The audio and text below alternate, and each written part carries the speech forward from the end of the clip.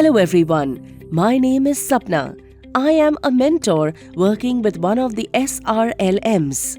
Hello everyone, I am Kusum. I am a Vitta Sakhi and I am supported by my mentor Sapna Madam. NRLM has taken the initiative of supporting women entrepreneurs in SHGs for individual enterprise loans. I and my Vitta Sakhi Kusum will discuss about different aspects related to this initiative, and we hope that you all will also find our conversations helpful. So, let's start. Implementation Process for Individual Microenterprise Loans Part 2. Hello everyone. The implementation process for the Individual Microenterprise Loan Initiative of NRLM has 3 stages: the preparatory stage, the implementation stage, and the scale-up stage.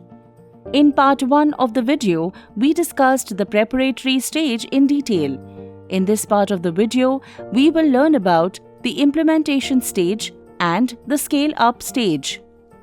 Implementation stage. This stage has 5 major steps. 1. Identification of enterprises for loans. 2. Assessment of enterprises. 3. Planning of appropriate credit source. 4. Ensuring access to credit. And 5. Monitoring and tracking of enterprises. Identification of enterprises for loans.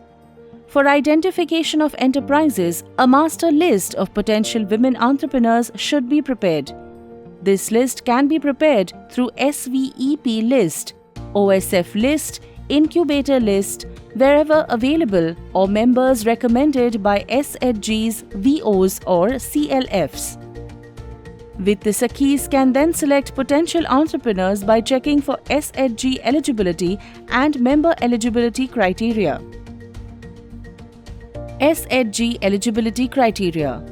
A member can be selected for individual microenterprise loan only if she belongs to an SHG that fulfills the eligibility criteria. The SHG eligibility criteria include the following. SHG must be 2 years old from the date of first bank linkage. Must have fully repaid at least 1 cycle of bank loan without any overdue. Must follow Panchasutra. Member eligibility criteria. For selection of a member for enterprise loan, the minimum criteria she must fulfill are as follows. 1. At least 2 years membership with SHG. This is 3 years for loan above Rs 2 lakh. 2. Must have successfully repaid at least 1 cycle of SHG loan. This is 2 cycles for loan above Rs 2 lakh. 3. Must have positive recommendation from the CBO. 4. Members' age should be between 21 and 60 years. 5. Business should be at least 2 years old running viably. This is 3 years for loans above Rs 2 lakh. 6. Must have repaid at least Rs 25,000 single loan from the SHG, not cumulatively. This is Rs 40,000 for loans above Rs 2 lakh. 7. Member should not be defaulter and should have CIBIL score more than 650. 8. Member should need at least Rs 75,000 loan. 9.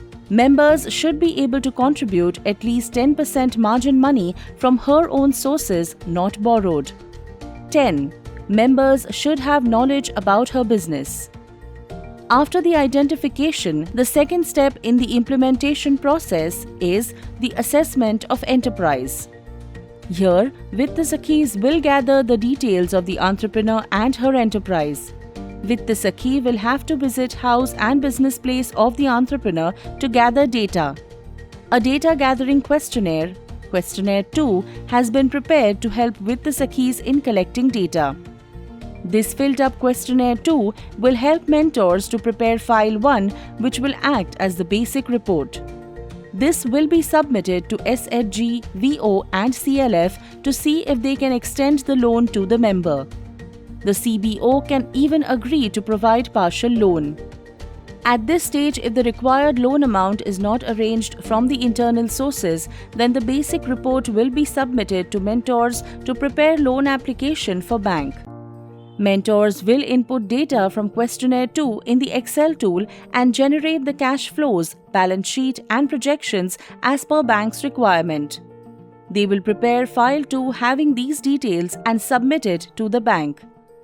Banks will then conduct their evaluation and sanction the loan. It must be noted that for loans up to Rs 2 lakh, the documentation requirements for banks are minimal. Only household cash flows are needed and no financial statements or projections are required. For loans above Rs 2 lakh, financial data, reports and financial ratios are needed by banks as shown in the table here. The data and the financial performance requirements for loans for different sizes are different.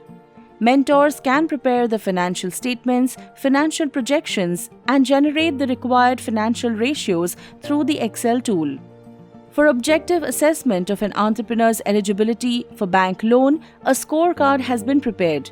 Mentors can provide scores on various qualitative and quantitative indicators. The scoring method is objectively defined in the scorecard. Members receiving score of 55 or above can be considered for bank loans for amounts greater than Rs 2 lakh.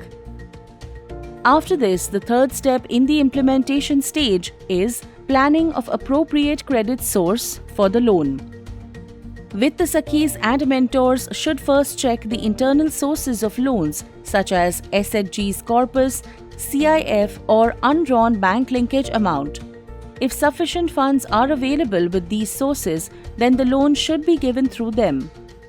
If these are not sufficient, then Vitta Sakhis and mentors should check for any funds available under programs such as SVEP, SVEP, OSF, etc. Only when the internal sources of funds are not sufficient or when the loan size is beyond SHG's limit, then the loans from banks should be considered. The fourth step in the implementation stage is ensuring access to credit to the entrepreneur in a timely manner. For this, if the loan is to be disbursed from internal sources, Vitta Sakhi and mentors will follow up with the concerned SHG, CLF and VO. They will check and address any issue and ensure that the loan is disbursed. In case of bank loan, Vitta Sakhi and mentor will prepare entrepreneur for personal discussions with banks, coordinate visit of bankers to the enterprise and facilitate in any other process of the bank. In case a loan is not sanctioned from one bank, mentors can apply to another bank. If the loan is being disbursed from multiple sources, then Vitta Sakhi and mentor should coordinate to see that the amounts from all sources such as SHG, CLF, program fund and bank are received in a timely manner. The final step in the implementation stage is the post-disbursement monitoring. The first visit to enterprise for monitoring should be conducted by Vitta Sakhi within first month of disbursement. Thereon should be done on bi-monthly or quarterly basis.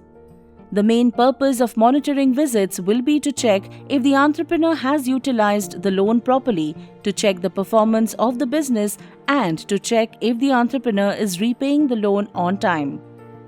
To assess the business performance, Vitta Sakhi should check for sales volume, cash and credit sales, purchases, costs, stock levels, gross profit, and net profit. Vitta Sakhi should see the changes in these figures after the loan. She should also check if the entrepreneur could add new markets, new suppliers, or new workers after the loan. These were the 5 steps in the implementation stage. With this, we have covered the preparatory stage and implementation stage.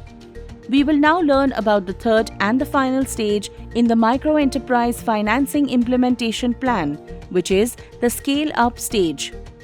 The scale-up will be done after the successful completion of the implementation stage. Successful implementation stage would be considered achieved when the implementation architecture is in place, at least 3,000 to 5,000 disbursements are made, NPA in these loans is below 2%, and partnerships with banks are established. Once this is achieved, then it will be the right time for scaling up the whole model. In the scale-up stage, the implementation process will be replicated across districts by the SRLMs. So, we learned in detail about the 3 stages in the overall implementation process of Microenterprise Financing Initiative of NRLM. These were the preparatory stage, the implementation stage, and the scale-up stage. Hope you found this video useful. Thank you.